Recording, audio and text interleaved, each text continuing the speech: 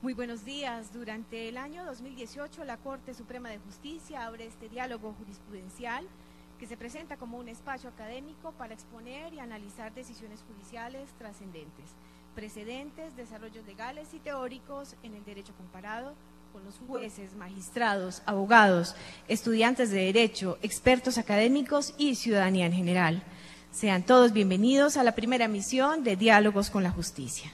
Este es un programa de emisión mensual de la Sala de Casación Civil de la Corte Suprema de Justicia y que se transmite en directo a través de la página web de la Corte Suprema de Justicia y de la rama judicial.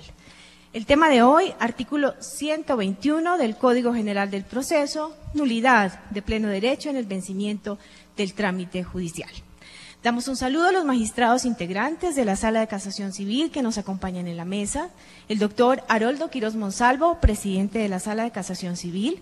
Lo acompañan los señores magistrados, la doctora Margarita Cabello Blanco y el doctor Luis Armando Tolosa Villabona. Y damos también la bienvenida a la señora relatora de la Sala de Casación Civil, la doctora Nubia Cristina Salas. Les informamos también que los tribunales que se conectan hoy en directo con nosotros, Tribunal Superior de Buga, Tribunal Superior de Valledupar y Tribunal Superior de Tuna. Doctor Haroldo, muy buenos días y adelante. Buenos días a todos y a todo el Poder Judicial del país, a todos los académicos, a todos los estudiantes, ciudadanía y abogados que nos acompañan en la mañana de hoy en esta inauguración, este año de nuestros diálogos con la justicia.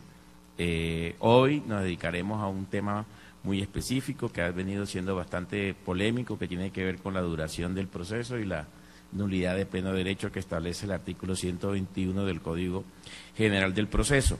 Nos acompaña aquí en el panel pues nuestro colega Luis Armando Tolosa y nuestra colega la doctora Margarita Cabello y por supuesto previo a entrar a ese debate que nos lleva el artículo 121, va a participar la doctora Nubia, relatora de la Sala Civil, con la explicación para que todos los jueces, magistrados, profesores, académicos puedan concurrir a la página de la Corte y consultar muy rápidamente nuestras sentencias que estamos profiriendo en la Sala Civil. Bienvenida, doctora Margarita, a estos diálogos que arrancan a partir del día de hoy. Buenos días, ya casi tarde, a todos los que nos acompañan en este segundo diálogo del año 2018. Espero que sigan participando y acompañándonos en todos estos diálogos en el transcurso del año. La idea, siempre lo hemos reiterado, es intercambiar opiniones, mostrarles lo que la Corte está haciendo, lo que está diciendo, sin necesidad de que sea una imposición la tesis planteada.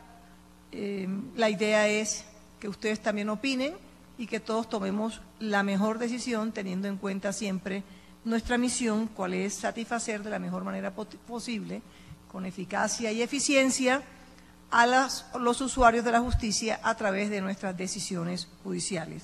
Un saludo muy especial a la doctora Bárbara Liliana Talero Ortiz, vicepresidenta de la Sala Civil Familia del Tribunal Superior de Buga, así como a la doctora Susana Ayala Colmenares, presidente de la Sala Civil Familia del Tribunal Superior de Valledupar, y a la doctora María Julia Figueredo del Tribunal de Tunja. De igual manera, un saludo especial a la señora relatora y a los abogados, estudiantes y personas que nos acompañan aquí en este auditorio. Buenos días, doctor Luis Armando Tolosa. Muchas gracias a usted, señor presidente, y saludo especial a la doctora Margarita, colega de trabajo en esta Sala de Casación Civil y en estos diálogos permanentes y fuerte colaboradora.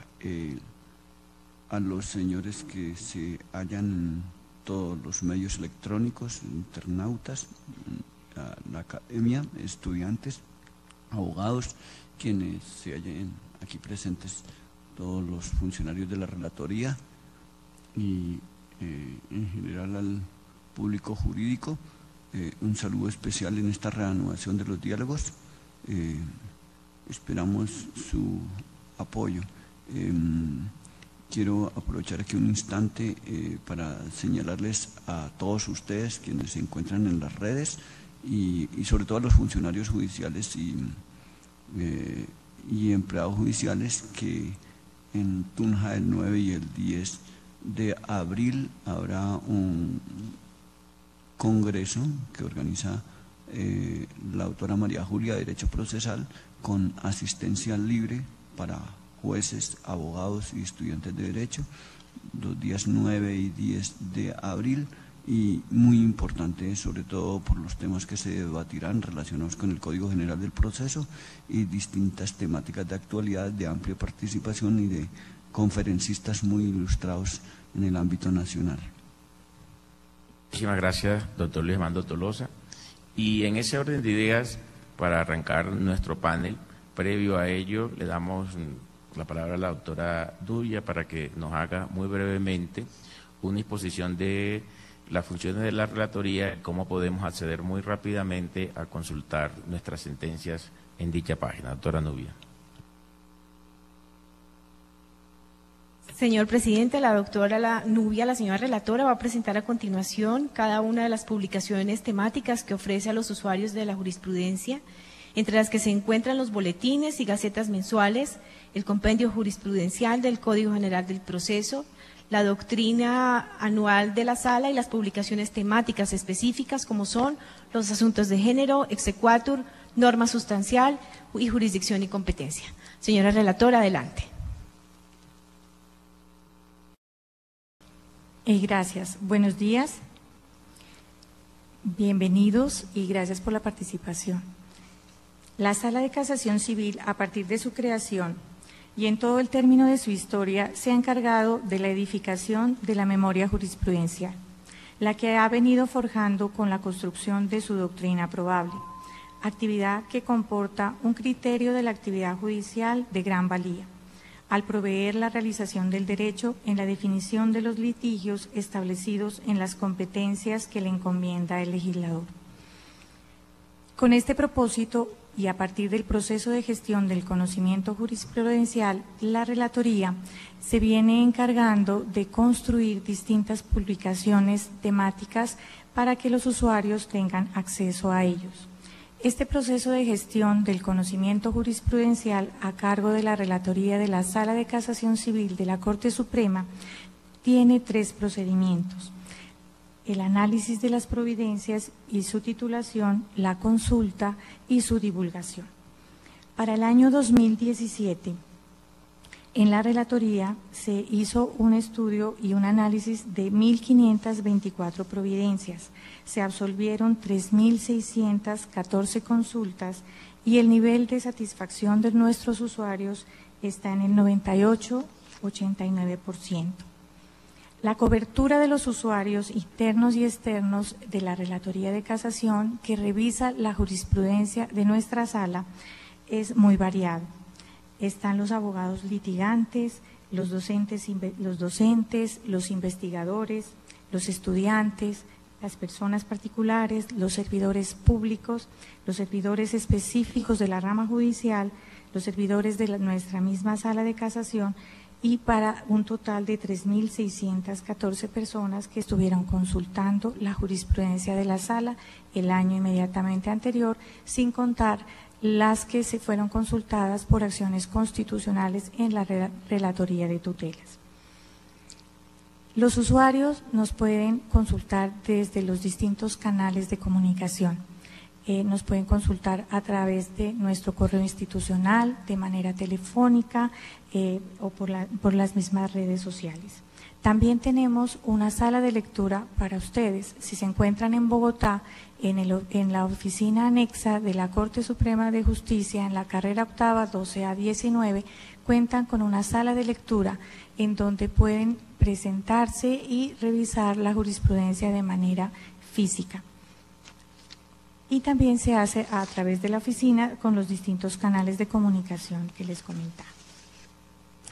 Nuestras publicaciones, todas para ustedes, son muchas y corresponden a la necesidad de las personas. Hacemos siempre un estudio de las necesidades y nuestros consultantes nos van diciendo qué publicaciones temáticas requieren para ese efecto. Las publicaciones todas se encuentran en la página institucional de la Corte Suprema de Justicia, www.cortesuprema.gov.co. Cuando accedan ustedes a la página de la Corte Suprema de Justicia, van a encontrar dos canales. El primero, el de jurisprudencia, donde van a poder tener acceso a los sistemas de consulta específicos dados por el Consejo Superior para la rama judicial, y también hay una publicación específica de las gacetas judiciales. Ya en el medio de la página principal, ustedes pueden acceder a nuestra relatoría. ¿Cómo? Está el link en donde dice la relatoría de Sala de Casación Civil, en el que ustedes al cliquearlo van a encontrar las distintas publicaciones para ustedes. Son ellas: boletines jurisprudenciales y gacetas jurisprudenciales. Estos boletines y estas gacetas están a su servicio mensualmente. ¿Qué contienen estos boletines y estas gacetas? Contienen el análisis uno a uno de las providencias que ha emitido la Sala de Casación Civil en el mes inmediatamente anterior. Ustedes, al darle clic en cualquiera de ellas que encuentran a margen izquierda, ustedes van a poder desplegarla y acceder a ellas para su información y consulta. Además de los boletines y gacetas jurisprudenciales mensuales, tenemos a su servicio el compendio jurisprudencial del Código General del Proceso.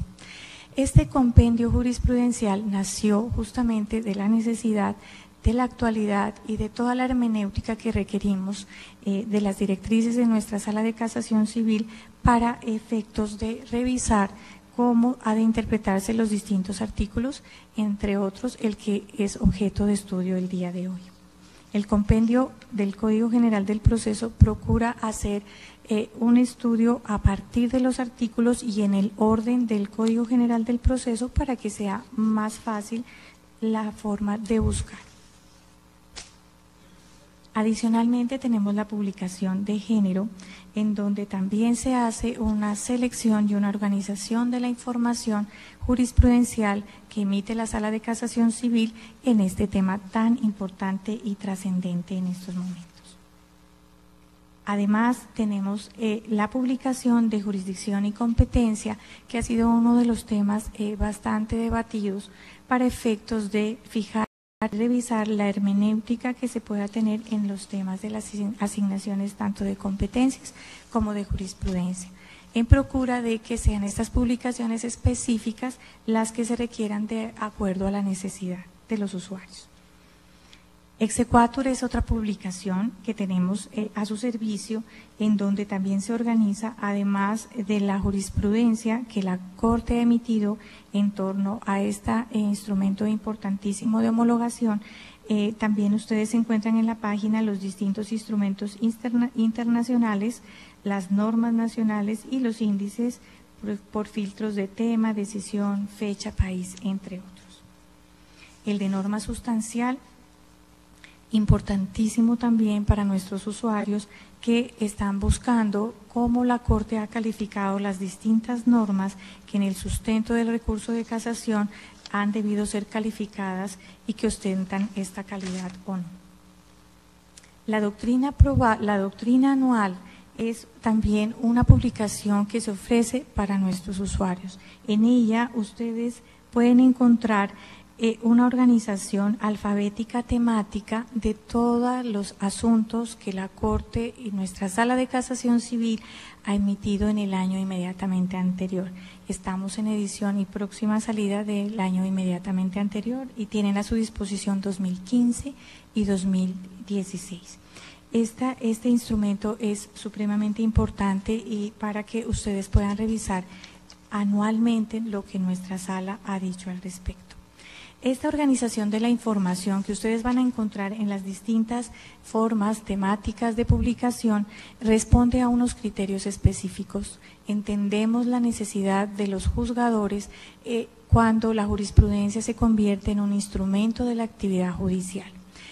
La actividad judicial comporta muchas facetas, los empleados, los jueces, los abogados, porque en torno a la resolución de un litigio hay un tema sustancial, hay temas procesales, hay temas probatorios y hay temas propios de la competencia de la Sala de Casación.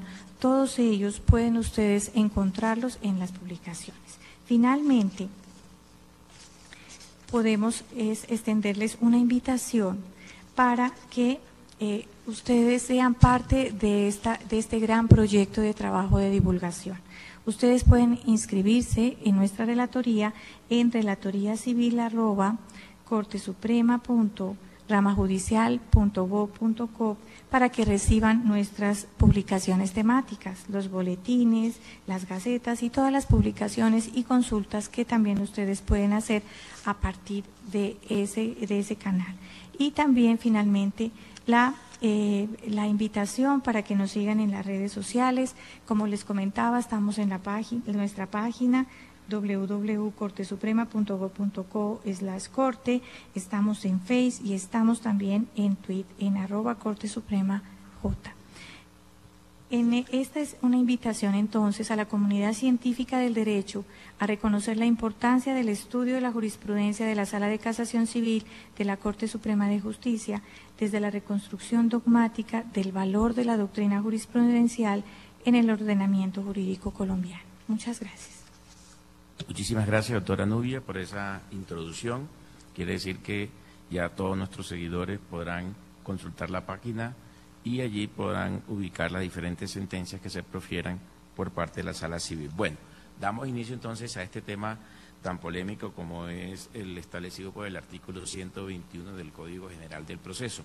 Todos sabemos que el Código General del Proceso pues tiene todas sus bondades y dentro de esas bondades está en que en lo posible todos los procesos puedan proferirse por nuestros jueces dentro del año correspondiente en que se esté tramitando en su juzgado y cuando va en segunda instancia dentro de los 6 meses siguientes, por supuesto, de los magistrados que la conozcan en segunda instancia. Igualmente también nosotros estamos comprometidos en la Sala de Casación Civil de sacar también muy rápidamente las casaciones que estén llegando a partir de la vigencia de este Código General del Proceso. Entonces, todas esas bondades que tiene el Código General que benefician a la ciudadanía somos las que tenemos que entrar a defender. La situación es la siguiente. Quisiera entrar en esta parte introductoria con el caso que nos lleva al estudio del artículo 121. Llegó un caso muy interesante a la sala el año pasado, que consistía en que en la ciudad, creo que en la ciudad de Bucaramanga, se presentó un tema de responsabilidad civil, de responsabilidad médica especialmente, en el cual un compañero pues demandaba a una de las tantas clínicas de la ciudad en el sentido de que su señora o su compañera pues había fallecido allí. Entonces él demandaba a nombre de su hija y a nombre de él relación del tema de la responsabilidad correspondiente. Llegó el proceso al juzgado, porque iniciaron un juzgado laboral, el juzgado laboral se declaró incompetente, fue a un juzgado civil del circuito, también se declaró incompetente y el tribunal definió que definitivamente conocía el juzgado civil del circuito. El juzgado civil del circuito conoció del proceso correspondiente, falló, sí, dentro del término que correspondía y llegó a la segunda instancia al tribunal de Bucaramanga. En el tribunal de Bucaramanga, el magistrado que le correspondió había solicitado una prueba de oficio. Vencida el término de los 6 meses, él declaró que se declaraba incompetente y le correspondió al juez al magistrado que le seguía en turno. Por supuesto, el magistrado que le seguía en turno, pues asumió el conocimiento y dentro de los 10 meses siguientes, 11 meses siguientes, falló y una vez que falló, pues el abogado que se sintió, pues en ese sentido aludido en que no consiguió las pretensiones que quería, pues solicitó la nulidad de lo actuado, partiendo de la base que el magistrado que le seguía en turno no había fallado dentro del término que corresponde y dentro de esos 6 meses. Entonces llegó pues el caso a la sala civil, y eso pues comenzamos el debate correspondiente por más de 4, 5, 6 salas en relación pues, de poder determinar algunos puntos correspondientes en materia de esta tutela. La tutela salió en el mes de diciembre y ha sido una de las primeras que tenemos en relación con este artículo. En este momento estamos debatiendo en la sala ya otro caso que nos llegó por los temas de casaciones también en relación pues con ese tema de la nulidad. Lo que vamos a iniciar en el día de hoy no quiere decir que lo vamos a culminar, pues seguirá en el otro diálogo que es en el 3 de abril, para seguir por lo menos dando lineamientos que nos permita avanzar en la construcción de lo que establece el Código General del Proceso. Partimos del siguiente punto, un poco. El artículo 121 del Código General del Proceso consagró unos términos de duración para el perfeccionamiento de la sentencia de única, primera y segunda instancia, además de otros aspectos relacionados con la prórroga y la desatención de esos plazos, incluyendo en uno de sus apartes esta regla: será nula de pleno derecho la actuación posterior que realice el juez que haya perdido competencia para emitir su respectiva providencia. La bondad consistía en que los procesos pues tuvieran un término y que la ciudadanía se sintiera tranquila que por lo menos dentro del año siguiente su proceso iba a concluir con una sentencia definitiva. Yo le quisiera preguntar a la doctora Margarita, que ha estado muy cerca de todo este Código General y su proceso de construcción con el Instituto de Derecho Procesal, porque esto viene creo que desde la Ley 1395 con su artículo 9, que está dando tus antecedentes, para que nos contara un poco esa parte histórica del desarrollo de este artículo, doctora Margarita. Gracias, doctor Haroldo. Sí, es toda una evolución que se ha ido dando respecto a este problema social, más que jurídico en un momento determinado, relativo a la necesidad de cumplir con el artículo 229 y el artículo 29 de la Carta Política, en el sentido de ordenar que la administración de justicia debe ser eficiente y eficaz, y que deben cumplir todos los jueces con un elemento fundamental, que es el derecho fundamental de acceso a la administración de justicia. Al plantearse la necesidad del acceso a la administración de justicia e incluir dentro de ella la necesidad de que los plazos judiciales debían ser razonables, empezó a pensarse en la necesidad de establecer una norma que de alguna manera eficiente, de una manera casi que obligatoria, hiciera que los funcionarios judiciales cumplieran con ese principio, que además de principio es un derecho fundamental de acceso a la administración de justicia. El artículo 124 del Código de Procedimiento Civil no traía en realidad unas grandes reglas respecto a las reglas de carácter imperativo, o por lo menos, debo confesarlo, los jueces no pensábamos que los términos judiciales para nosotros eran realmente de obligatorio e imperioso cumplimiento, como lo decían las normas de orden público de los códigos procesales y del Código de Procedimiento Civil. Por eso en el año 2010, el artículo 9 de la Ley 1395, lógicamente en esta reforma, viendo la necesidad de acercarnos un poco más a cumplir rápidamente la función judicial, los estándares nuestros a nivel internacional eran muy bajos. Nosotros estábamos en puestos por encima de 150 de los países que resolvían los casos con la eficiencia, la eficacia y los tiempos razonables adecuados. Entonces, la Ley 1395 trató de poner un poco más de fuerza en la necesidad de reclamarle a los jueces que resolvieran dentro de unos términos prudenciales y razonables. Su artículo 9, por ejemplo, estableció que no podrá transcurrir un lapso superior a un año para dictar sentencias en primera instancia y un lapso no superior de 6 meses para dictar sentencias en segunda instancia, y que si ello ocurría, es decir, si el plazo estaba vencido y no se había procedido a la decisión judicial, había que pasar el proceso al funcionario que siguiera en turno, quien debía fallar o resolver la decisión resolver el caso, dentro de los 2 meses siguientes. Esa ley 1395 no estableció ningún tipo de sanción, ni habló de nulidad, ni de inexistencia, ni menos de nulidad de pleno derecho por el incumplimiento de esas competencias funcionales, entre comillas, si así se puede decir, porque eso también ha sido objeto de discusión, para efectos de poner unos plazos cortos a través de los cuales poder tomar las decisiones judiciales. Viene entonces el artículo 121, y el artículo 121 y el nuevo Código General del Proceso realmente resuelven el gran conflicto, la gran tensión existente entre congestión judicial y decisión en plazos razonables, eficiente y eficaz. Y es importante ver cómo el Código General del Proceso, en el artículo 2, que se refiere casualmente a acceso a la justicia, es decir, bajo a norma procesal de imperativo cumplimiento, de orden público, bajo a norma procesal, la norma constitucional, el derecho fundamental de acceso a la administración de la justicia. Y además en ese artículo incluyó claramente que dentro de los temas del derecho fundamental de acceso a la administración de la justicia estaba la necesidad de tener plazos razonables.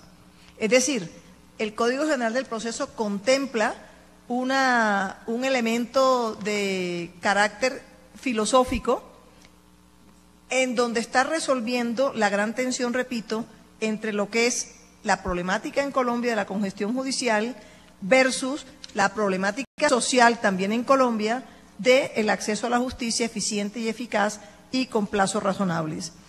Ese es un primer elemento que hay que tener en cuenta de alguna manera al momento de hacer el análisis del artículo 121 del Código General del Proceso.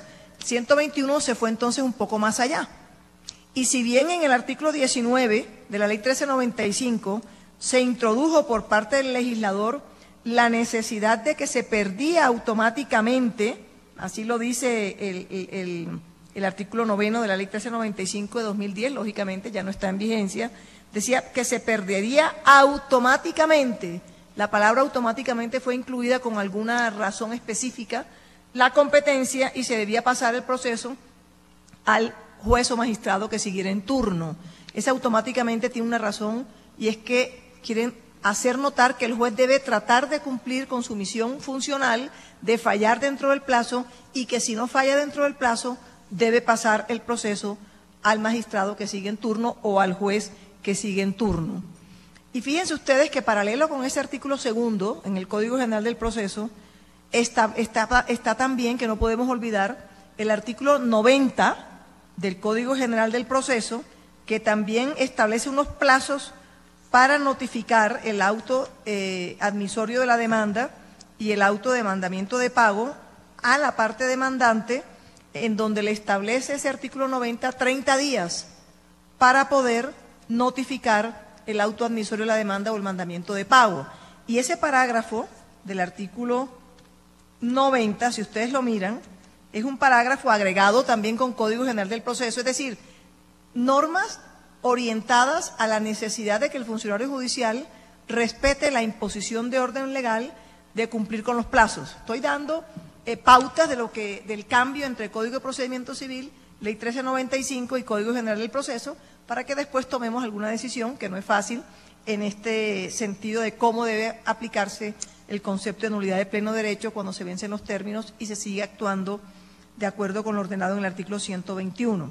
Miren que el Código General del Proceso, a mi manera de ver, trata de dar una pauta sobre esa tensión entre congestión de los jueces y satisfacción de la comunidad, cuando en el parágrafo primero dice, en el parágrafo, perdón, al final, esto es un inciso, en uno de sus penúltimos incisos, en el penúltimo inciso antes de los parágrafos, dice que en todo caso, de entre los 30 días siguientes a la fecha de la presentación de la demanda, deberá notificarse al demandante o ejecutante el auto admisorio o el mandamiento de pago, según fuera el caso, o el auto que rechace la demanda.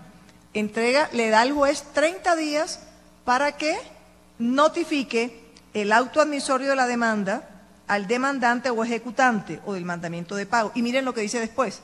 Si vencido dicho término no ha sido notificado el auto respectivo, el término señalado en el artículo 121 para efectos de la pérdida de competencia se computará desde el día siguiente a la fecha de presentación de la demanda.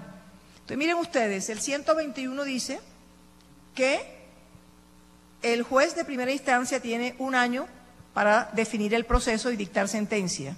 1 año que se contará a partir de la notificación del auto admisorio de la demanda al último de los demandados.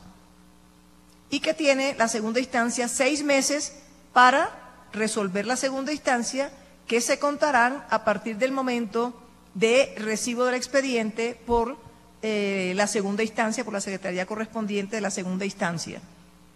Pero además está el 90 que dice que en 30 días hay que notificar el auto admisorio, el mandamiento de pago, y si no se hace en 30 días, el término del 121 no empieza a contarse desde la notificación al último demandado del auto admisorio de la demanda, sino se contará desde la presentación de la demanda. ¿Qué significan estas dos normas? Es la gran preocupación. Y las dos tendencias pueden ser, una, decir que si se incumple, la nulidad que se genera no es una nulidad, sí, es una nulidad de pleno derecho, pero que nulidad de pleno derecho no quiere decir que sea saneable o no saneable, sino que es un tema distinto y que los jueces pueden, por otro lado, analizar el saneamiento. Y de otro lado, decir que la norma es imperativa y, por lo tanto, los jueces, en cumplimiento de su función, tienen que dejar de trabajar en los procesos una vez vencidos los plazos correspondientes y pasarlo al que continúe en un momento, al que siga en turno, sea juez o sea magistrado. Son las dos tendencias que hay. Ahora bien, esto tiene una justificación adicional y era la idea que surgió en algún momento en el sentido de crear jueces de descongestión o un equipo o un grupo de jueces de descongestión que fueran ambulantes, en el sentido de que en el lugar o en el distrito en donde no hubieran problemas de congestión, pero habría que cumplir la norma, el Consejo Superior de la Judicatura, a quien por eso se ordena que se le comunique, tanto el juez que se desliga del proceso como el juez que lo recibe deben comunicar al Consejo Superior de la Judicatura. Se supone que la idea debía ser crear un grupo de jueces ambulantes de descongestión para que estuvieran colaborando en todo el país, en los diferentes distritos judiciales, para efectos de solucionar los problemas de congestión, cuando el juez que pierde la competencia tendría que mandarlo a otro que seguramente o está en igual situación o quizás en peor situación. Entonces miremos, la historia es clara, un artículo 124 que no traía ninguna consideración ni términos respecto a pérdida de competencia, un artículo 9 de la Ley 1395 que empieza a introducir normas más rígidas y más fuertes hacia el funcionario judicial, en el sentido de decirle que tiene que fallar en unos plazos determinados, pero que no traía sanción, y una norma mucho más fuerte, que es la del Código General del Proceso, que ya no solo impone la necesidad de fallar en unos términos precisos y pasar el proceso al que continúa y comunicar al Consejo Superior, sino que además de decir que pierde automáticamente la competencia, le agregó una sanción denominada nulidad de pleno derecho, que será un concepto que más adelante se discutirá. Y además, como para agregarles el punto de la fuerza que trae el Código General del Proceso, el Código le ordena al funcionario judicial, general del proceso, que debe fallar de una manera mucho más estricta dentro de los términos que el propio Código exige. Así lo contempla el artículo, si no me equivoco, 119 del Código General del Proceso, cuando le ordena al juez ser mucho más cuidadoso, no es el 120, donde le está ordenando al juez que debe dictar las providencias dentro de los términos que este código así lo exige. Es decir, hay una serie de normas adicionales que están dando a entender de que nosotros, una vez, en principio, esto es una posibilidad de las diferentes tesis que surgirán en esta discusión que estamos abriendo en este momento, si es posición del juez o debe ser un deber funcional del juez que una vez vencidos los plazos se haya analizado los mismos de acuerdo a las circunstancias entre el 90 y el 121 del Código General del Proceso, debe parar la actividad jurisdiccional y remitir la actuación inmediatamente al otro y evitar la posibilidad de producir actuaciones a posteriori, o si, por el contrario, debemos llegar a una decisión distinta en el sentido de considerar que si el juez a bien lo considera termina el proceso y entonces si las partes nada dicen al respecto o lo dicen tarde, podría pensarse en que esa nulidad de pleno derecho cabría dentro de las posibilidades de saneamiento de las nulidades. Muchas gracias, doctora Margarita. Con el objeto de poder orientar este panel y con el fin de ir resolviendo cada uno de las diferentes interrogantes que nos trae el artículo 121, porque parece una caja de Pandora, ¿sí? Entonces lo vamos a hacer muy metodológicamente con el objeto de que podamos ir absorbiendo inquietudes por inquietudes, que no todas hoy terminan, y le daremos continuidad la próxima semana. Yo creo entonces que con fundamento en esa primera introducción que nos hace la doctora Margarita, podríamos partir ya de un primer factor, me parece, tanto para el doctor Luis Armando como para la doctora Margarita, y es lo siguiente. Quiere decir entonces que se consagró un nuevo factor de atribución de competencia relacionado con la temporalidad de la función jurisdiccional, ¿sí? En ese orden de idea, en cuya virtud los jueces de instancia deben proferir una decisión definitiva en un interreno máximo, que nos dan allí 1 año para la primera instancia y 6 meses cuando llega al tribunal, o si es de primera instancia en civil municipal, pues me imagino que al juez civil del circuito. So pena que el expediente pase a un homólogo para que continúe con el trámite. En ese orden de ideas, este criterio, al cual hacemos referencia, doctora Margarita y doctor Luis Armando, sería diferente ya a lo que se ha venido trabajando en la jurisprudencia de la misma sala, que tiene que ver con la tradición procesal en materia de esas competencias en materia subjetiva, objetiva, territorial, por conexión y funcional, o podríamos distinguirlo de ellos. ¿Qué podríamos decir al respecto? Sí, para ilustrar entonces a nuestros jueces y magistrados de todo el país. Doctor Luis Armando. Muchas gracias. No, yo quiero plantear algunas ideas sobre el texto 121, a partir de la providencia que tuvo la oportunidad de tocar la sala, y es una tutela de 14 de diciembre del 2017 que ya el doctor describió en términos generales, y aquí una providencia que tiene una aclaración de voto de la autora Margarita.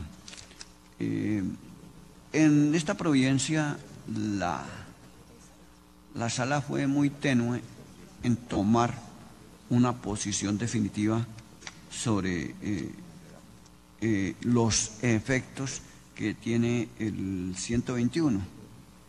En líneas generales encontró que se amoldaba y utilizó el criterio jurisprudencial, que la regla de razonabilidad en el debate que proponía el gestor de la tutela frente a la negativa de declarar la nulidad en la aplicación de la regla 121 por parte del gestor de la tutela con relación a la providencia que se impugnaba de Bucaramanga, del Tribunal de Bucaramanga, con relación a la decisión de la reposición y a la súplica por no haberse declarado incompetente el magistrado dentro de y no haber seguido los términos que pregona el 121, y por no haber declarado la nulidad.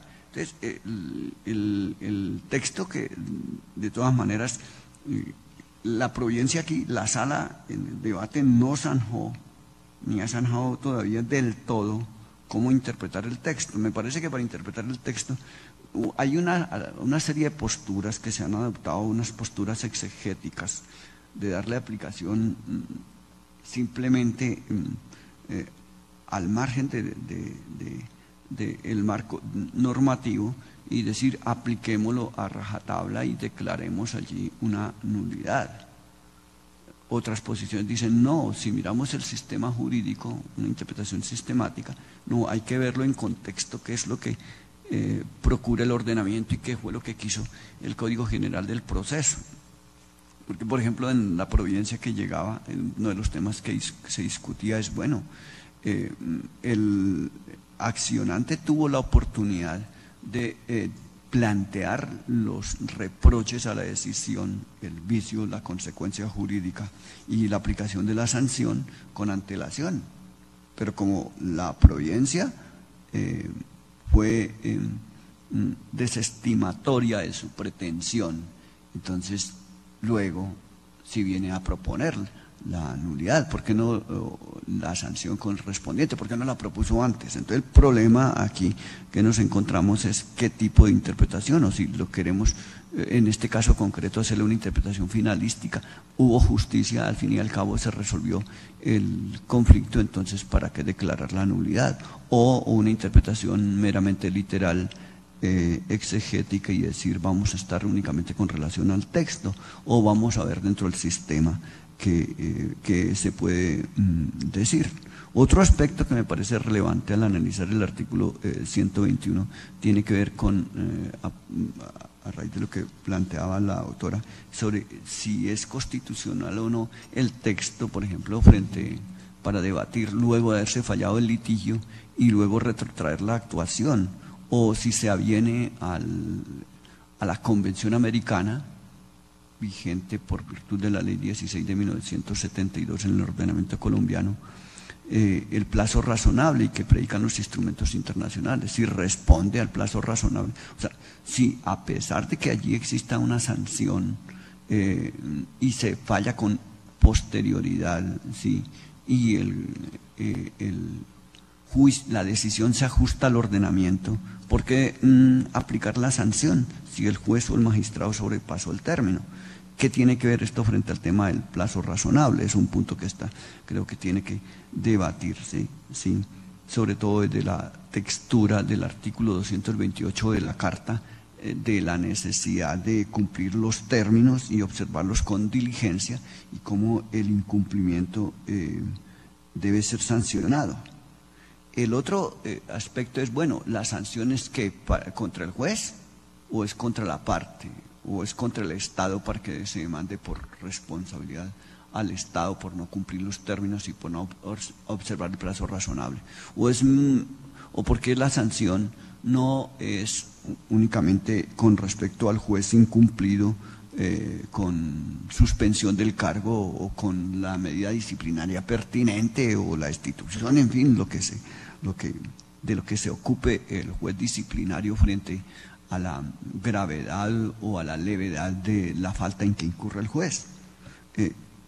Entonces, ¿contra quién es el precepto? O sea, tiene un fin de obtener celeridad, y eso es lo positivo que tiene el texto, pero son aspectos que se tienen que analizar. Y lo más importante me parece que es el punto en el cual estamos centrados, es si la sanción que tiene el 121 es una simple irregularidad subsanable frente al juez que falló y sobrepasó el término, ¿sí?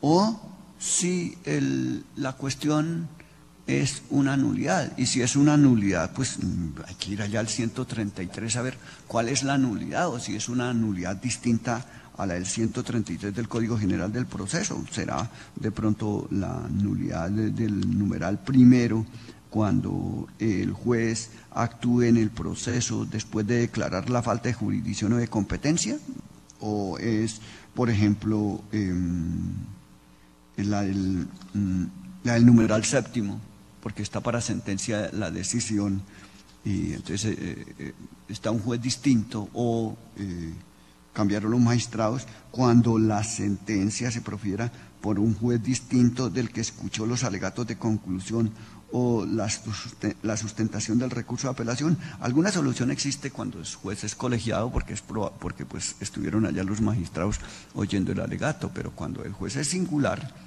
entonces será la causal séptima, o sea, es una nulidad de verdad la que es, o es saneable o insaneable.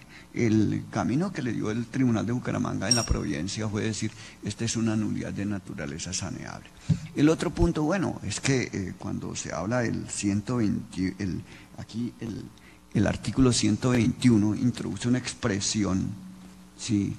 El 121 cuando habla de que es que es de pleno derecho, ¿sí?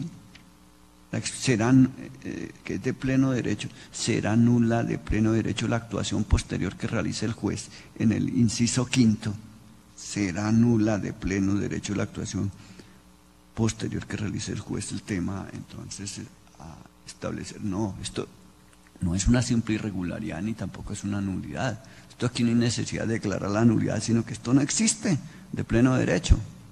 Y entonces, bueno, cuando nos adentramos en este tema, será que aquí el redactor del Código General del Proceso retrotrajo la conceptualización del problema a la teoría del antiprocesalismo o de la inexistencia de los actos procesales que viene y que en algunas oportunidades los jueces hemos utilizado y la propia Corte en múltiples circunstancias, si es de pleno, y digamos, y tenemos sobre esto, pues no olvidemos que hay alguna, a pesar de que este es un tema eminentemente procesal, que difiere del tema material o sustancial, del tema sustancial del derecho material, este es un tema eminentemente procesal, digamos, el derecho material de alguna manera ya introdujo el tema de la inexistencia en el artículo 897 del Código de Comercio, que voy a leerlo.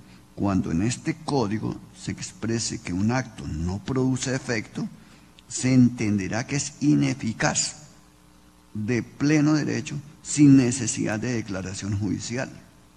Entonces, el punto, esa expresión que trae el 121, que puede asimilarse o podemos encontrar una analogía con la expresión que trae el inciso quinto del 121, será nula de pleno derecho la actuación posterior que realice el juez que haya perdido competencia para emitir la respectiva providencia. Aquí entonces la sanción es mucho más grave porque ni siquiera hay que tramitar la nulidad, ni habría que decir, oiga, esta nulidad como existe y está latente ahí porque es insaneable, la vamos a alegar por la causal quinta de casación o por la causal octava de revisión. Es decir, los problemas están latentes, pero hay un punto fundamental que tiene que ver con la finalidad de la norma, y es cuando se invoca, ¿hay obligación de invocarla ex ante, con antelación a la sentencia, o debe exigirse? Y entonces, si es con posterioridad, como la sentencia me salió en contra, entonces yo invoco la sanción como parte, ¿sí? Ubicándonos desde el usuario de la Administración de Justicia. Entonces yo la pido con posterioridad, yo voy a ver cómo me sale la sentencia, debiéndola invocar antes, porque ya el juez rebasó los términos. Entonces yo espero, si sale positivo me quedo quieto, y si sale negativo, entonces la invoco con posterioridad. Entonces son aspectos que siempre deben ponderarse en estas circunstancias. Muchas gracias, doctor Herold. Muchísimas gracias, doctor Luis Armando. Tomando esa última parte del doctor Luis Armando, en este momento, en la sala civil, estamos ya concluyendo el estudio sobre un caso que pasó en el tribunal de Tunja, en el sentido de que se esperó que se fallara y luego invocaron la nulidad a través del recurso extraordinario de casación. En este momento estamos definiendo esa situación. Pero yo quisiera nuevamente retomar, para no perdernos en el cauce metodológico, porque el artículo es bastante complicado en su estudio de fondo, y lo que está esperando tanto los jueces y toda la comunidad es orientaciones y lineamientos por parte de la sala civil. Doctora Margarita, de todas maneras, eso es un nuevo factor de atribución de competencias, diferente un poco a lo que ya se venía estudiando, que era el tema subjetivo, objetivo, territorial, por conexión y funcional, para que podamos ir concluyendo en esta primera parte y dar el paso a los tribunales. Sí, la pregunta es si esta nueva ordenación es un factor de competencia, no está dentro de las normas de distribución de competencia, los artículos, los primeros artículos del Código General del Proceso, tampoco está consagrada como nulidad en el 133, como bien lo dijo el doctor Luis Armando Tolosa. La norma, si vamos por el sentido literal, específicamente dice que vencido el respectivo término previsto en el inciso anterior sin haberse dictado la providencia correspondiente, el funcionario perderá automáticamente competencia para conocer del proceso. Pues sabemos que las reglas básicas nos dicen que el sentido semántico de lo que debe entenderse por competencia no es más que la atribución de una función a un respectivo órgano jurisdiccional, ¿no es cierto?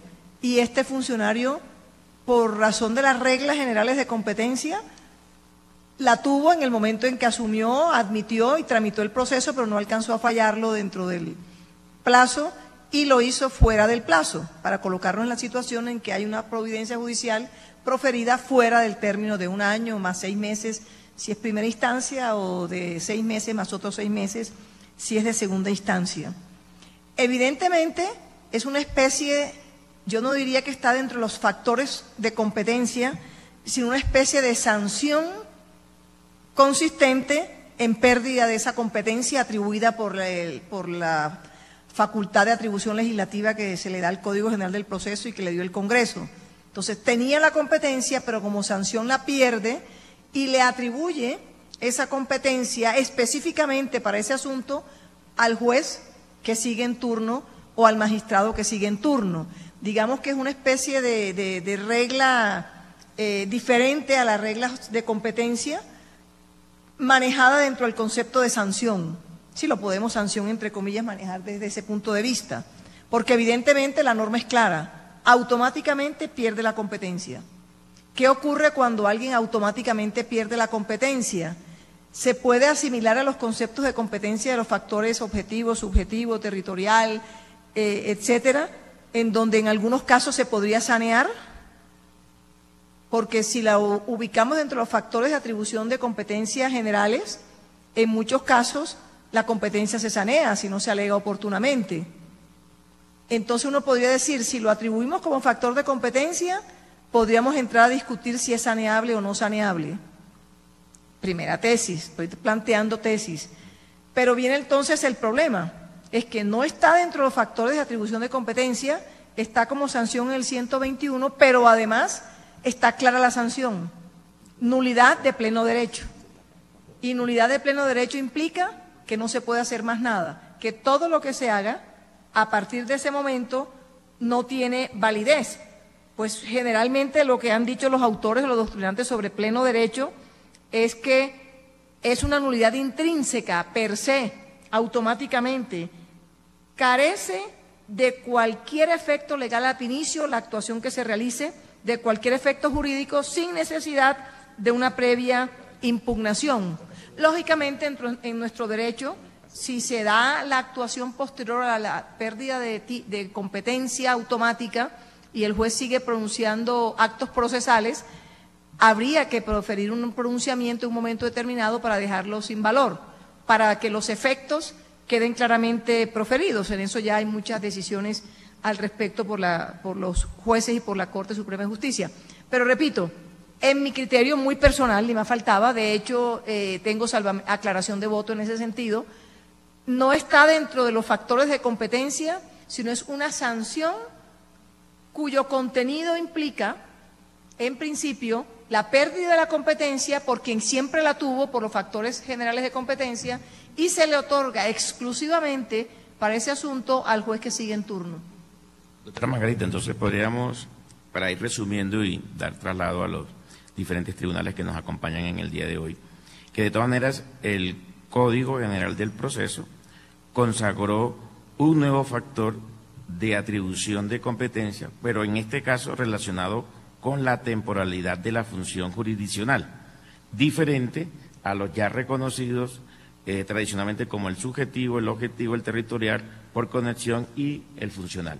Entonces, en ese orden de ideas, sí, podemos concluir esta primera parte para dar el traslado a los... Y quisiera simplemente aclarar algo. Cuando me refiero a sanción, no estoy hablando de sanciones, sino simplemente me estoy refiriendo a que para el Código General del Proceso, en uno de los motivos de su proferimiento fue resolver el conflicto, congestión judicial, problema de congestión de los jueces versus eficiencia, eficacia y acceso oportuno a la ciudadanía de la justicia. Y entre esas dos tensiones, entre esos dos grandes problemas del país, optó por beneficiar o por prevalecer, para decirlo de mejor manera, por prevalecer por el acceso a la justicia, la necesidad del derecho fundamental de acceso a la justicia por encima de la congestión judicial, diciendo, por tanto, que tienen que ser el Consejo Superior quien resuelva el problema de congestión judicial. Más o menos sería eso mi tesis, pero repito, es una simple tesis personal. Gracias, doctora Margarita. Quiero decirles que el Twitter @CorteSupremaJ ha tenido bastante afluencia. Tenemos la primera pregunta, hemos seleccionado dos. ¿El término del artículo 121 opera igualmente para procesos de liquidación como el de sucesión? Y la siguiente es, cuando hay cambio de juez, ¿el término del artículo 121 reinicia o es independiente de tal situación? Este tuit lo envía @Lore Álvarez, doctor. Sí, en principio el artículo 121 es para todos los procesos. No trajo el Código General del Proceso ninguna distinción en ese sentido y por lo tanto, como no hay ningún problema de eficiente y acceso a la Administración de Justicia porque debe resolverlo el juez que sigue en turno, no hay distinción en el sentido de que haya de quitarse el término o decirse que no procede para los procesos de sucesión, los procesos liquidatorios. Lo que ocurre simplemente es que termina la competencia, el juez avisa al Consejo Superior de la Judicatura, lo envía inmediatamente al que sigue en turno, el que sigue en turno lo recibe, comunica al Consejo Superior de la Judicatura y sigue con el trámite del proceso. La segunda pregunta ha sido objeto y en la tutela del doctor Luis Alonso Rico, la tutela que se repartió, la 2836-00, 2017-2836-00, en esa la sala completa de la Corte Suprema de Justicia, la Sala Civil, luego de muchísimas discusiones, debo aclararlo, consideró que para el segundo juez la norma no era clara en la aplicación de la sanción y por lo tanto no se aplica la sanción de nulidad de pleno derecho si se excede de los 6 meses el segundo juez que recibe el proceso por pérdida de competencia automática del primer juez.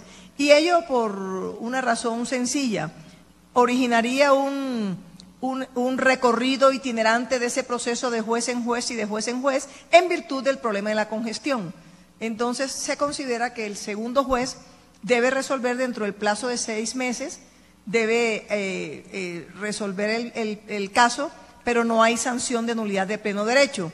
Y ahí sí consideramos que es necesario hacerle un llamado, bueno, tanto en este caso como en los anteriores, para que el Consejo Superior de la Judicatura tome rápido una determinación en el sentido de crear, ya sea el grupo de jueces itinerantes para descongestionar en los lugares donde se necesite con urgencia esa descongestión, o ya sea alguna otra solución que evite que al vencerse los plazos en un determinado funcionario, al pasar al otro, lo que origine es más congestión en el juez que sigue en turno. Muchas gracias, doctora Margarita. También quiero comentarles que a través de nuestro correo electrónico hemos tenido dos preguntas y reportando sintonía también la Secretaría del Juzgado 15 Civil del Circuito de Barranquilla, la doctora Beatriz Marta Díaz Granados Corbacho. También dice que quiere vincularse en nuestros próximos diálogos y el Juzgado Primero Civil del Circuito de Facatativá, damos por recibidas sus preguntas, habla sobre la aplicación de los conceptos de mora judicial y plazo razonable y la aplicación sistemática y recurrente del artículo 121 del Código General del Proceso. A un mismo asunto le estaremos dando respuesta a estas inquietudes a través de nuestro correo electrónico. Doctores, ¿les parece que vayamos ahora a nuestros tribunales invitados? Llamamos al Tribunal Superior de Buga, la doctora Bárbara Liliana Talero. Bienvenida, adelante, buenas tardes. Buenas tardes, un saludo muy especial a la doctora Margarita, al doctor Haroldo y al doctor Armando Tolosa y a todos quienes se encuentran en la mesa principal. El Tribunal Superior de Buga participa en estos diálogos con algunas de sus inquietudes, pero realmente a la fecha no hemos tenido procesos en los que nosotros nos hayamos pronunciado específicamente ni en acciones constitucionales ni en acciones ordinarias, salvo algunos aspectos individuales. Bueno, lo primero que tenemos que decir es que indudablemente el legislador acertó al dar un plazo perentorio para el fallo de los procesos, porque esta sí es una herramienta válida para lograr que la justicia se cumpla de manera oportuna y eficaz. Pero indudablemente está atado a una carga razonable de trabajo, porque lo que el legislador pretendía allí era no que se produciera el carrusel de procesos o la pérdida de competencia para que pasara a otro funcionario, sino que lo que pretendía era tal vez como colocar esa advertencia para que en ningún caso se produjera la pérdida de competencia. Cosa que con orgullo lo decimos en el Distrito Judicial de Buga fue mínima durante el año 2017 la pérdida de competencia, toda vez que tanto en un trabajo colectivo de tribunal y jueces logramos que nuestro distrito judicial cumpliera a plenitud los términos del artículo 121, y esto es lo que ha generado que no tengamos procesos al respecto para fallar. Sin embargo, en la apreciación que decían incluso los magistrados de la Corte, es cierto que el legislador trae una nueva figura dentro de nuestro sistema procesal, ya que nosotros estábamos acostumbrados a tener un sistema de nulidades completamente legislado, taxativo, restrictivo, que sabíamos cómo enfocar cada uno de los efectos de invalidación del proceso.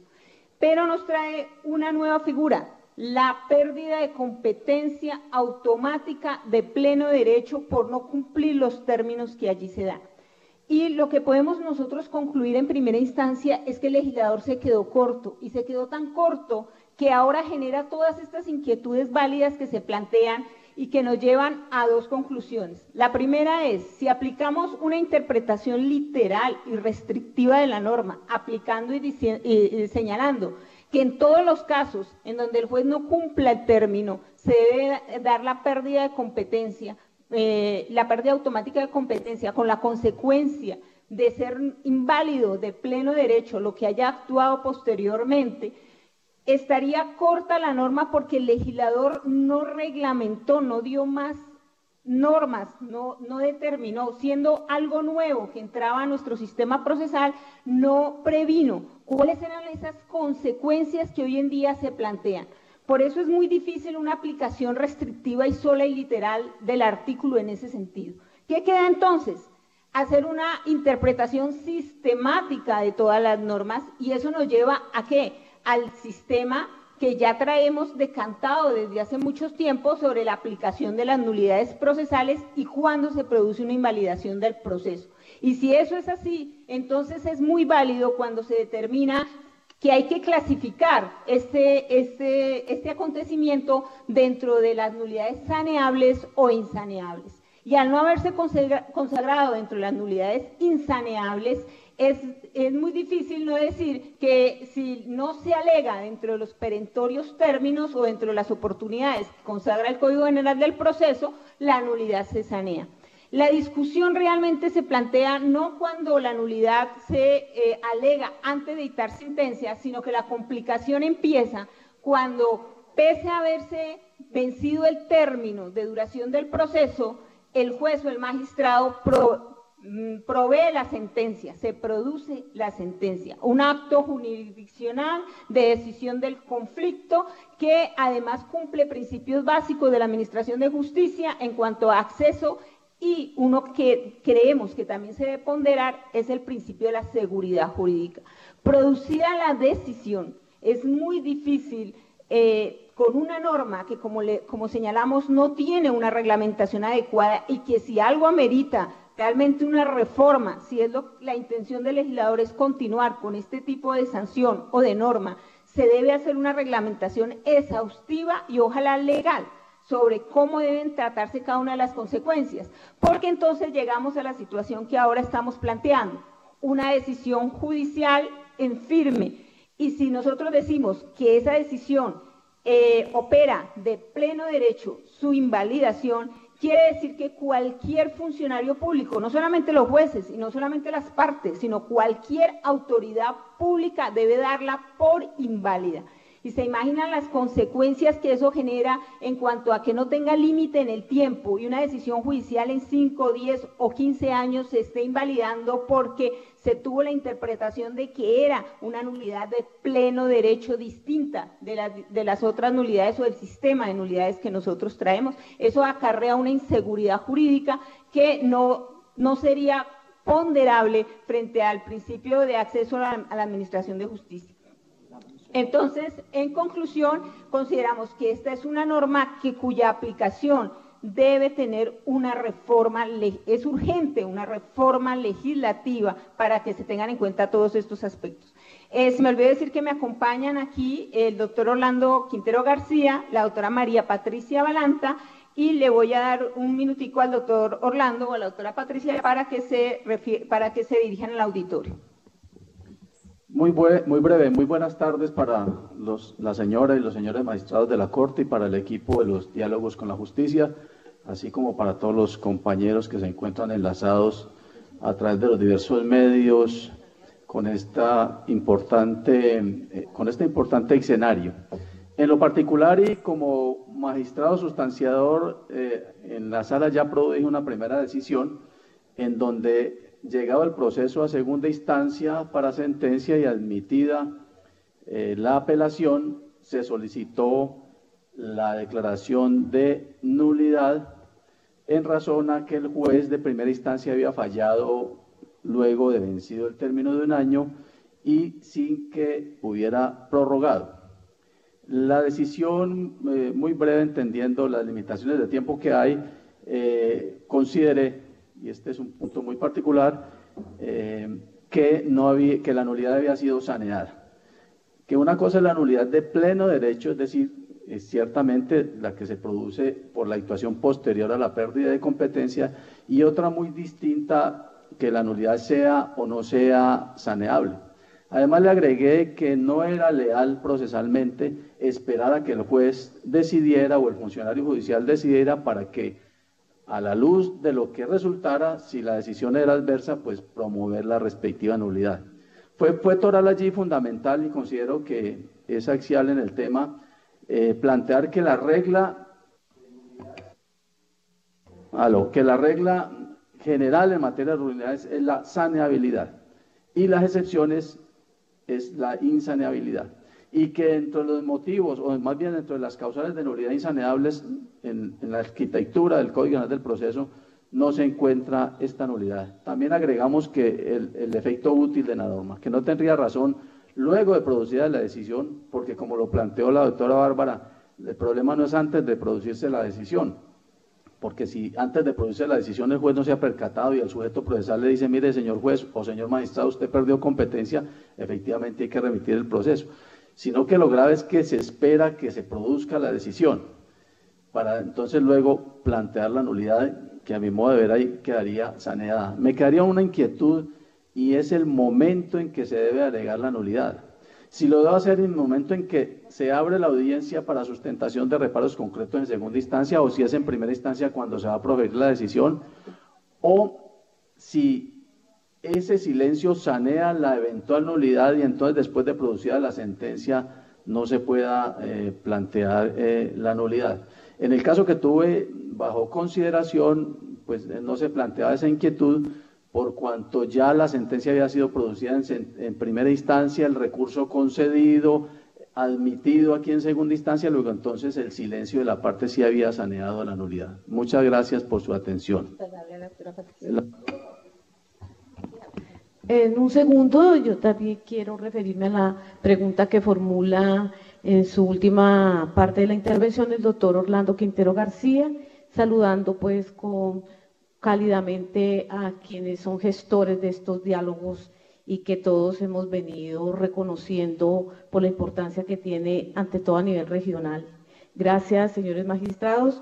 La inquietud, o mejor dicho, dando pie a una respuesta frente a la inquietud del doctor Orlando, debo decir que a mí en una audiencia ya de segunda instancia, antes de proferir la decisión, una de las partes me formuló nulidad de pleno derecho porque el juez de primera instancia había decidido por fuera de los términos de que trata el artículo 121. En este caso, entonces dije, porque fue en sala unitaria, que la nulidad se había saneado por cuanto no la habían alegado en tiempo ante el juez de primera instancia. Significa, o mejor dicho, el referente al que me apego para darle trato a esta especie de nulidad es a la tutela jurisdiccional efectiva. Yo considero que una vez se ha proferido la decisión, sea en primera o sea en segunda instancia, habiéndose cumplido y habiendo permitido la parte que llegáramos a proferir la decisión, lo que realmente se cumple es una tutela jurisdiccional efectiva que deja, por tanto, fuera de base cualquier pretensión de nulidad. Muchas gracias. Al Tribunal Superior de Buga, muchas gracias. La doctora Bárbara Liliana Talero, al doctor Orlando Quintero, a la doctora María Patricia Balanta, muchas gracias por su participación. Nos veremos en un próximo diálogo cuando invitemos nuevamente al Tribunal Superior de Buga. Ahora damos paso al Tribunal Superior de Valledupar. En Valledupar se encuentra la doctora Susana Ayala Colmenares, presidente de la Sala Civil Familia Laboral del Tribunal. Doctora Susana, muy buenas tardes y adelante. Buenas tardes, un afectuoso saludo a los magistrados de la Corte Suprema de Justicia, así como a la doctora relatora de la misma corporación, a los colegas que se encuentran en Buga, la doctora Bárbara, y en Tunja, la doctora María Julia. Un saludo también muy afectuoso. Es obviamente la disposición, como bien lo dijo el doctor Haroldo, es una caja de Pandora. De allí seguramente va a surgir una cantidad de inquietudes, de vicisitudes y dificultades que vamos a tener que enfrentar en el ejercicio de nuestra actividad jurisdiccional. Y obviamente dentro de esas vicisitudes que vamos a tener que enfrentar, se va a mirar o a analizar la situación desde varias perspectivas, porque muy diferente es la situación en aquellos despachos judiciales unipersonales o colegiados que manejan cargas razonables, y muy diferente va a ser la situación en aquellos en donde las cargas son irrazonables. Dependiendo entonces desde donde miremos la situación, seguramente tendrá que también analizarse, porque como bien lo dijo la doctora Margarita Cabello en su intervención, la norma estableció una serie o pretende establecer unos plazos razonables.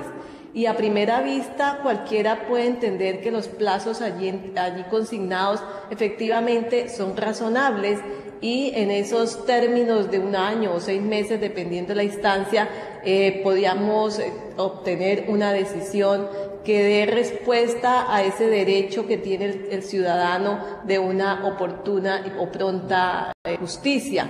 Pero, ¿qué podemos entonces pensar o cómo podemos analizar la situación en aquellos lugares en donde esas cargas laborales no son razonables o distan muchísimo de lo que podemos considerar como cargas razonables, y que incluso desbordan los parámetros que el mismo Consejo Superior de la Judicatura ha establecido como lo que ellos denominan demanda razonable, y establecen unos parámetros? En esos lugares obviamente será muy complicado exigirle al juez o al magistrado el cumplimiento de esos términos razonables, y entonces se pregunta uno qué efectos o qué análisis debe efectuarse frente a esta norma, cómo podemos interpretar esta norma ante esas circunstancias que desbordan cualquier capacidad de respuesta oportuna. Quizás se preguntaría uno, ¿se ha debido de adoptar otro tipo de medidas para garantizar esa pronta respuesta? ¿O es la responsabilidad de los jueces unipersonales o colegiados en quien exclusivamente radica la posibilidad de dar esa respuesta oportuna, o es el Estado en su conjunto quien debe asumir la obligación de brindarle al ciudadano ese derecho a obtener una respuesta oportuna. Pero la norma pareciera indicar pareciera pretender que fueran los administradores de justicia los únicos encargados de asumir ese tipo de responsabilidad, lo que obviamente a nuestro juicio es totalmente injusto e inaceptable. Y finalmente debo hacer mención a los puntos en que se ha centrado la discusión en la mañana de hoy, y es respecto a cómo debemos entender la consecuencia que genera el vencimiento de los términos razonables. Y en ese aspecto simplemente debo mencionar, para efectos de brevedad, que comparto algunos de los planteamientos expuestos por la doctora Bárbara en Buga, en cuanto a que efectivamente la nulidad de la que habla el artículo 121 debe analizarse bajo el contexto de la institución procesal de las nulidades. No podemos descartar todo ese estudio y análisis que de tiempo atrás se ha hecho, creando una serie de principios que rigen la figura de las nulidades, y considerar que estos principios solo serían aplicables para las causales que nos mencionan 133, pero si hablamos de la nulidad del 121, esos principios ya no podíamos mencionarlos o no serían aplicables, entre los cuales está el de convalidación o saneamiento. En nuestro criterio, considero que no puede ser la nulidad del 121 analizada e interpretada de manera ajena a toda la estructura de la institución jurídica de las nulidades. Me acompaña el doctor Jaime Leonardo Chaparro, magistrado de la Sala Civil, en la mañana de hoy, y queremos agradecer la participación que se ha brindado a este distrito. Buenos días. Tardes. Doctora Susana Ayala, presidente de la Sala Civil Familia Laboral del Tribunal Superior de Valledupar, gracias por acompañarnos, lo mismo que al doctor Jaime Leonardo Chaparro, magistrado del Tribunal Superior de Valledupar. Damos paso al Tribunal Superior de Tunja. En Tunja se encuentra la doctora María Julia Figueredo, y también para que nos amplíe información sobre el Congreso de Derecho Procesal que se va a desarrollar en la ciudad de Tunja los días 9 y 10 de abril. Doctora, buenas tardes. Buenas tardes, saludo a todos quienes están en videoconferencia, mi cariño para quienes están ahí y mi cariño para Armando, la doctora Margarita, el doctor Haroldo y todos los demás. Yo considero, frente a este aspecto en concreto, y quiero referirme por la última parte de lo que comentaba la doctora Margarita en relación a que el juez a quien pasa el proceso una vez que a quien fue asignado en conocimiento pierde competencia, no le es aplicable el mismo término. Yo pienso que sí, y con mayor razón a este, porque ese proceso debe privilegiarlo por encima de los demás que trae, porque ya se ha afectado con relación a él el plazo razonable y ya se ha desconocido con relación a él el derecho al debido proceso de las partes allí involucradas. Pienso que al fin se dio una respuesta a la integralidad y a la comprensión de qué es debido proceso, y hace parte del debido proceso el término razonable. No se trata de decidir y decidir de cualquier manera, sino decidir en término y decidir de la forma más justa posible. El segundo aspecto que yo quiero decir es que este tema me parece que había que abordarlo, es un debate necesario, pero considero que no se desnaturalizaría la integralidad, la filosofía y la orientación en principios y en criterios a que respondió y a la respuesta a tanta problemática existente a la que respondió el Código General del Proceso, si nosotros pasáramos a flexibilizar el artículo 2, el artículo 5, el artículo 42, el artículo 133 y 121 del Código General del Proceso. ¿Por qué hago esta manifestación? La Administración de Justicia como función pública tiene un talante de exigencia superior a la de cualquier otro funcionario público, además de los criterios que avalan la la realización de la función pública en general previstos en la Constitución, hay una ley estatutaria que le agrega otros presupuestos, y es el de eficiencia, el de eficacia, el de respeto por los derechos y el de la realización por los derechos, que no es más que el desarrollo del artículo 2 de la Constitución Nacional, referido a fines esenciales de Estado y la realización de los derechos. De tal manera que yo sí considero que explica en un todo la oralidad y justifica en un todo aspectos de la inmediación, de la concentración, de la tutela judicial efectiva de que habla el artículo 2, de que habla el artículo 5 de la Constitución Nacional, del anuncio del cumplimiento de los términos que se hace en el artículo 2. Considero en relación a la naturaleza jurídica y el manejo que debe dársele a las nulidades que la prevista en el artículo 121 adiciona el artículo 133. Yo no puedo esperar tipificarla o adecuarla dentro de una de las causales de nulidad, porque es una nulidad y una consecuencia, o como dice la doctora Margarita, que comparto en un todo, es el efecto o sanción cuando el funcionario público en desarrollo de la actividad de Estado desatiende esos presupuestos de la función judicial dispuestos por ley estatutaria y que hacen parte del debido proceso. En el artículo 121 se plantea una nulidad específica y se señala cuáles son las consecuencias. En tercer y último lugar, por la hora y para no extenderme mucho, yo considero que es que los códigos no nos lo pueden decir todo. Las sanciones no nos las pueden describir casuísticamente en la ley.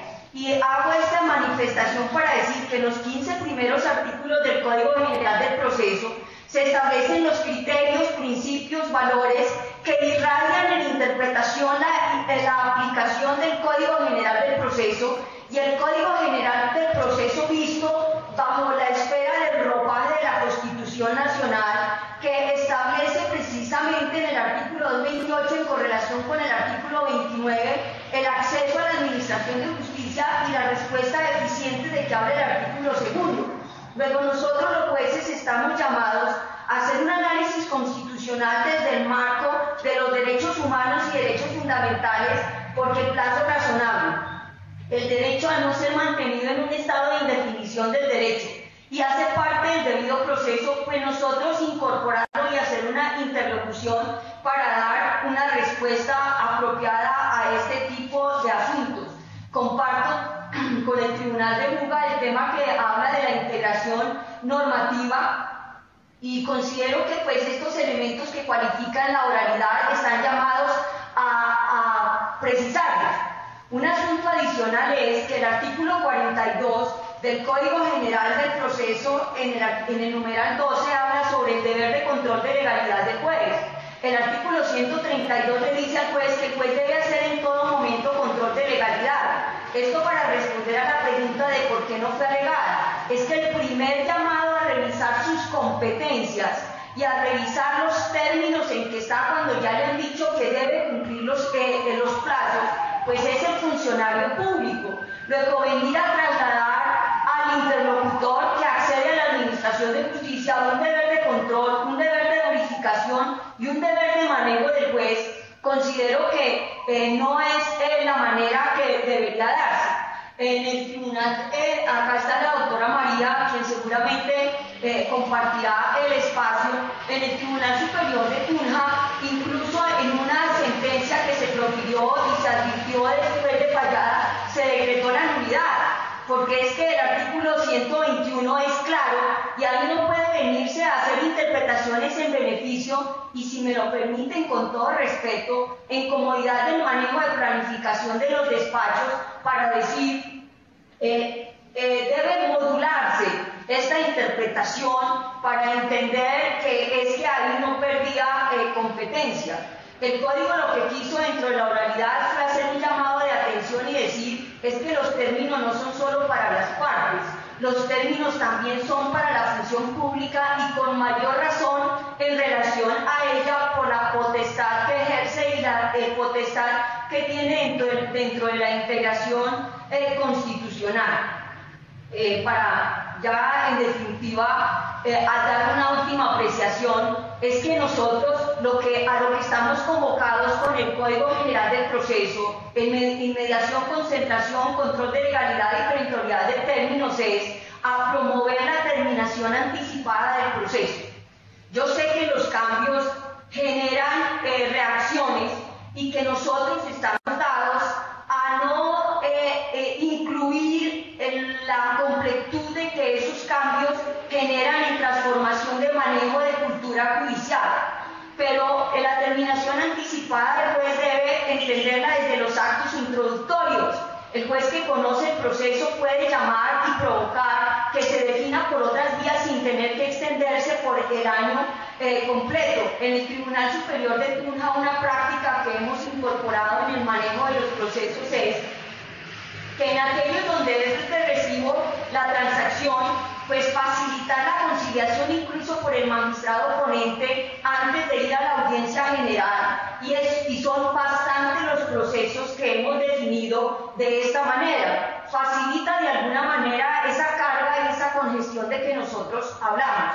Yo no soy ingenua y no desconozco el problema de congestión judicial, pero el juez está llamado a responder a la majestad que ostenta y está llamado a tener un mayor deber de colaboración con el Estado, un mayor deber de elaboración y, si se me permite nuevamente, un mayor deber de respuesta y de dación a la función que cumple. Por esas razones yo considero que los términos están llamados a atenderse y que no hay que buscar en el artículo 133 donde justifico la nulidad, porque es una nulidad específica y es una consecuencia prevista para el vencimiento de los términos. Serían muchos otros los aspectos que podría comentar, pero pues entiendo que se trata simplemente de dejar algún aporte y sin perjuicio de la diversidad de pareceres que hay. La doctora María Romero me acompaña, es la vicepresidenta de la sala, le doy el uso de la palabra, agradezco al doctor Haroldo, a la doctora Margarita y al doctor Armando. El precongreso de Derecho Procesal en Tunja se realizará los días 9 y 10 de abril. Es un congreso que se hace de acceso libre, no tiene costo y beneficiaría en muchos elaborar estos aspectos al interior académico de ese congreso. Están invitados todos y agradezco la facilidad que da quien está dando el uso de la palabra de haberme manifestado con relación a este tema. Pues cada que hay una reforma legislativa son muchos los aspectos que se generan y quedan en cuestionamiento, pero como digo, nosotros tenemos que manejar el código respondiendo a unas expectativas de la majestad de la justicia, aun cuando ello nos incomode de alguna manera la planificación de nuestros despachos. A todos nos ha generado problemas, pero el compromiso de la majestad judicial nos convoca a que entendamos que gracias a ese artículo ha sido posible la realización de la oralidad y que sin esa consecuencia para la perentoriedad de los términos, muy seguramente, además con el término de no aplazamiento de audiencias a conveniencia de las partes o a conveniencia del funcionario, sino entendiendo la concentración en lo que ha permitido que se dé una respuesta en términos razonables y que todos hayamos asumido un compromiso mayor al de por sí gran compromiso que ya traíamos. Muchas gracias. Muchas gracias, transmito el saludo de la doctora María y nuevamente pues mi cariño para todos. Celebro que se faciliten estos espacios porque nos permiten incluso, disponer del tiempo libre que tenemos para mejorar nuestros conocimientos y nuestras dudas y así poder realizar mejor la función de por sí bastante que tenemos. Recordemos que el Estado funciona sin su príncipe o sin su gobierno, pero jamás sin sus jueces. Por eso el mayor rigor de exigencia que nos corresponde. Mil gracias. Doctora María Julia Figueredo, presidente de la Sala Civil Familia Laboral del Tribunal Superior de Tunja, muchas gracias por su participación. Bueno, este tema apenas comienza, señores magistrados. Vamos a continuar entonces. Me acaba de notificar el señor presidente de la Sala de Casación Civil de la Corte Suprema de Justicia que tan importante artículo del Código General del Proceso. Continuaremos con este debate para nuestro próximo diálogo, que va a ser el día 3 de abril, para que lo recuerden todos y lo marquen en sus agendas, en el horario de 11 a 12 del día. Hoy nos extendimos un poco más, producto pues de la importancia y relevancia de este artículo. Doctor Aroldo. Muchísimas gracias. La verdad que me parece que las intervenciones han sido bastante pertinentes, han contribuido al debate. Esa es la idea. Vamos a continuar con el estudio del artículo 121 el 3 de abril, que es el siguiente diálogo, porque son muchísimas las preguntas, como lo dije en mi introducción. El artículo 121 es una caja de Pandora que da lugar a muchísimas preguntas que hay que ir definiendo. Por eso me centré un poco en la primera parte de establecer la categoría, que fue más o menos la que ya la doctora Margarita también explicó un poco, y el doctor Luis Armando hizo la introducción correspondiente. Quiero pues saludar muy especialmente la participación de la doctora Bárbara, los que los acompañaron, el doctor Orlando, la doctora Patricia, igualmente la doctora Susana, al doctor Jaime allá en Valledupar, a la doctora María Julia, por su intervención, y esperamos que nos sigan acompañando el próximo 3 de abril para darle continuidad a la discusión, porque apenas se inicia. Creo que es el punto de partida, y eso es lo que queremos todos los magistrados de la Sala Civil y los que estamos participando en este panel. Entonces los invitamos muy cordialmente para el día 3 de abril, doctora Margarita y el doctor Luis Armando, para la despedida. Agradezco la intervención de los tribunales de Valledupar, Tunja y Buga, quienes fueron los que en esta edición nos acompañaron para dar sus opiniones. En la próxima sesión de abril podremos tener también opiniones de otros tribunales que quieran participar. La discusión sigue, apenas estamos tocando los primeros puntos. Yo simplemente les pido que para el próximo abril tengamos en cuenta la razón del Código, artículo 2, el artículo 90, estudiémoslo todos un poquito más, porque nos toca a todos mirarlo a ver a qué conclusión llegamos. Aquí no hemos llegado a conclusiones definitivas.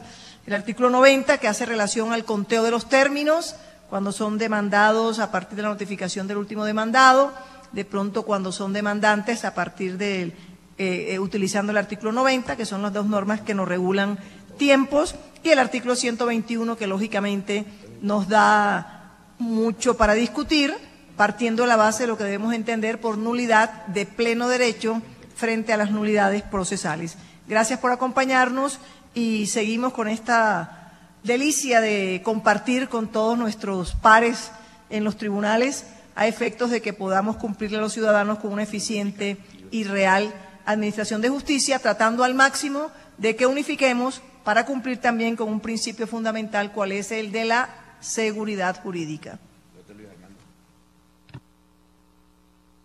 Muchas gracias a todos los intervinientes, internautas, a quienes están aquí en la sala del auditorio, y a los compañeros de aquí de la mesa. Los invitamos para el próximo evento. Muchas gracias. Muchas gracias, señores magistrados.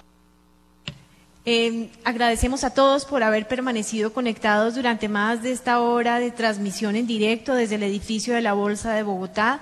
Los invitamos para que nos acompañen en nuestro próximo diálogo el día 3 de abril como continuación del debate del artículo 121 del Código General del Proceso. También les informamos a quienes no se lograron conectar con nosotros para esta ocasión, se pueden consultar este y los anteriores diálogos en nuestro canal de YouTube de la Corte Suprema de Justicia. A todos ustedes, muchas gracias. Feliz tarde.